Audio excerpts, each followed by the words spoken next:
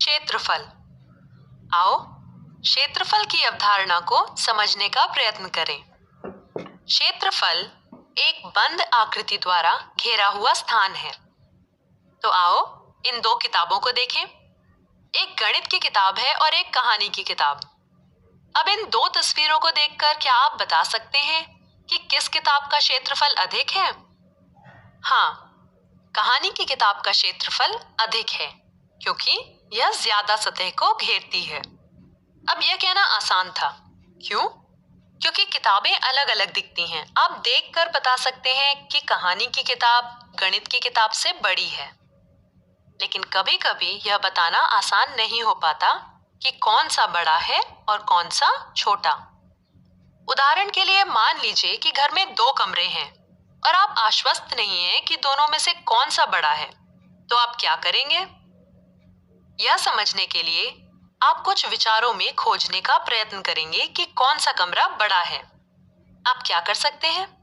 आप दोनों कमरों में फर्श पर लगे पत्थरों की संख्या गिन सकते हैं और जहां भी पत्थरों की संख्या आपको ज्यादा लगे, आप जान जाएंगे कि कमरा अधिक स्थान घेरता है और इसी कारण बड़ा है।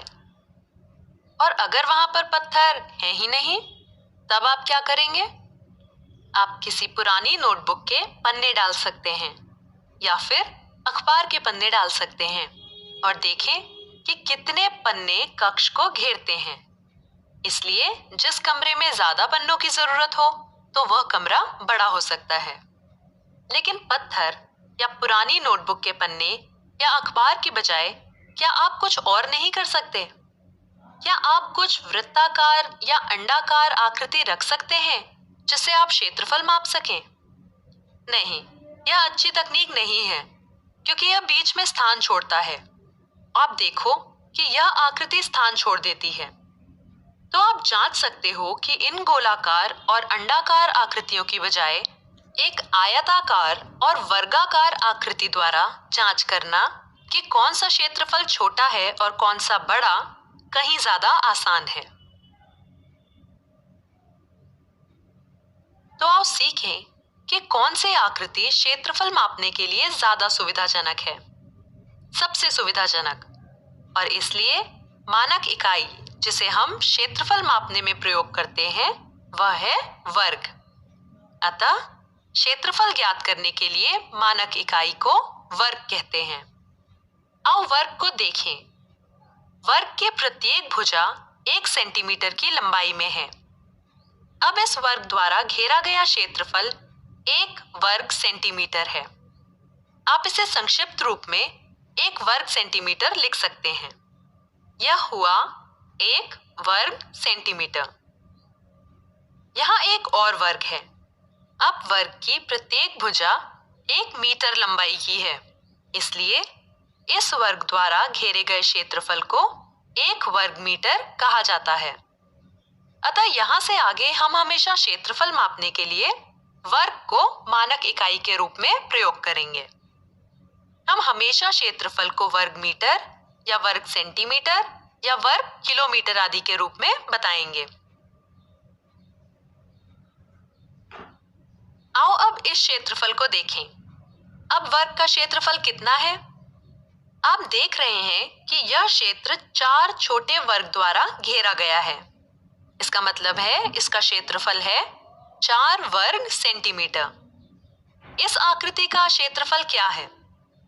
1, 2, 3, 4, 5 और 6।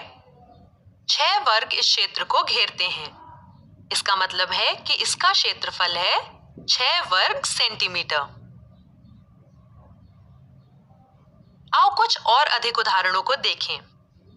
जब आप इस आयताकार पट्टी को देखो, इस आयताकार पट्टी का क्षेत्रफल 5 वर्ग सेंटीमीटर है क्योंकि यहाँ पर 5 ऐसे वर्ग हैं। अब इस आकृति का क्षेत्रफल 6 वर्ग सेंटीमीटर है। आप यहाँ वर्गों को माप सकते हैं और यहाँ आकृति का क्षेत्रफल फिर से 5 वर्ग सेंटीमीटर है। अब आप यहाँ देख सकते हैं कि दो आकृतियों का क्षेत्रफल 5 वर्ग सेंटीमीटर है, परंतु आकृतियां देखने में अलग अलग हैं। तो अगर हमारे पास मापने के लिए कुछ भी नहीं है तो यह कहना मुश्किल होगा कि क्षेत्रफल एक जैसा है या नहीं, क्योंकि हम यहाँ पर छोटे छोटे वर्गों को मापने के लिए प्रयोग कर रहे हैं। तो हम कह सकते हैं कि इन दोनों आकृतियों का क्षेत्रफल 5 वर्ग सेंटीमीटर है। अब यहाँ पर एक आयत है। जैसा कि आप देख सकते हैं कि यहाँ 6 वर्ग हैं, इसलिए क्षेत्रफल 6 वर्ग सेंटीमीटर है। अब क्या आप इस आयत की चौड़ाई और लंबाई को देख सकते हैं? लंबाई 3 सेंटीमीटर व चौड़ाई 2 सेंटीमीटर। जैसा कि आप देख सकते हैं, क्योंकि हर वर्ग 1 सेंटीमीटर भुजा का है, इसका मतलब हुआ कि हम क्षेत्रफल को 2 गुणा 3 बराबर 6 लिख सकते हैं। अतः आयत का क्षेत्रफल है 2 सेंटीमीटर गुणा 3 सेंटीमीटर बराबर 6 वर्ग सेंटीमीटर। इस तरह मैं किसी भी आयत का क्षेत्रफल ज्ञात कर सकती हूँ।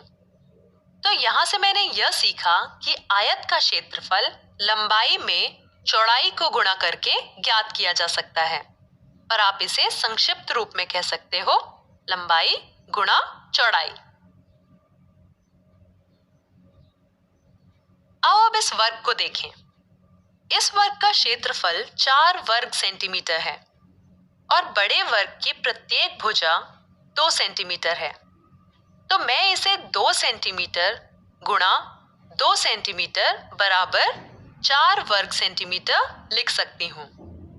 अतः मैं ऐसा लिख सकती हूँ कि वर्ग का क्षेत्रफल है भुजा गुणा भुजा, क्योंकि यह सभी वर्गों के लिए लागू होगा और आप इसे देख भी सकते हैं। अतः वर्ग का क्षेत्रफल है भुजा गुणा भुजा या भुजा का वर्ग। आओ कुछ और उदाहरण देखें। यहाँ पर एक आयत है जिसकी लंबाई है 8 सेंटीमीटर और चौड़ाई 3 सेंटीमीटर।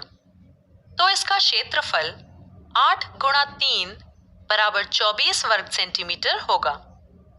अब हर बार मुझे आयत का क्षेत्रफल ज्ञात करने के लिए एक छोटे वर्ग की जरूरत नहीं है। मैं आसानी से अपना सूत्र लंबाई गुणा चौड़ाई का प्रयोग कर सकती हूँ। अब यहाँ पर एक वर्ग है। वर्ग की भुजा 4 सेंटीमीटर है, तो क्षेत्रफल क्या होगा? क्षेत्रफल होगा 16 वर्ग सेंटीमीटर। एक बार फिर से मैं छोटे वर्गों को नहीं रखूंगी, मुझे सिर्फ अपने सूत्र का इस्तेमाल करने की जरूरत है। आओ कुछ और उदाहरण देखें। आयत से शुरू करते हैं। लंबाई 9 है और चौड़ाई 7, तो क्षेत्रफल होगा 63। अगर लंबाई 10 है और क्षेत्रफल 30 है तो चौड़ाई क्या होगी? 30 भाग 10, जो कि 3 होगा, क्योंकि 10 बार 3 30 होते हैं। इसका मतलब है कि चौड़ाई 3 होनी चाहिए। अगर मुझे लंबाई पता नहीं है और मुझे यह पता है कि चौड़ाई 4 है, तो क्षेत्रफल होगा 48। तो लंबाई क्या होगी? 12 बार 4 48 होते हैं। इसका मतलब है कि लंबाई हुई 12। अब आओ वर्ग के उदाहरण पर चलें। यदि वर्ग की भुजा 7 है तो क्षेत्रफल 7 का वर्ग या 7 गुणा 7 बराबर 49 होगा। इसका मतलब क्षेत्रफल होगा 49। अब अगर क्षेत्रफल 100 है तो भुजा क्या होगी? 10 बार 10 बराबर 100। इसका मतलब है कि भुजा होगी 10। अगर भुजा 9 है तो क्षेत्रफल क्या होगा? 9 बार 9 81 होता है, अतः क्षेत्रफल होगा 81।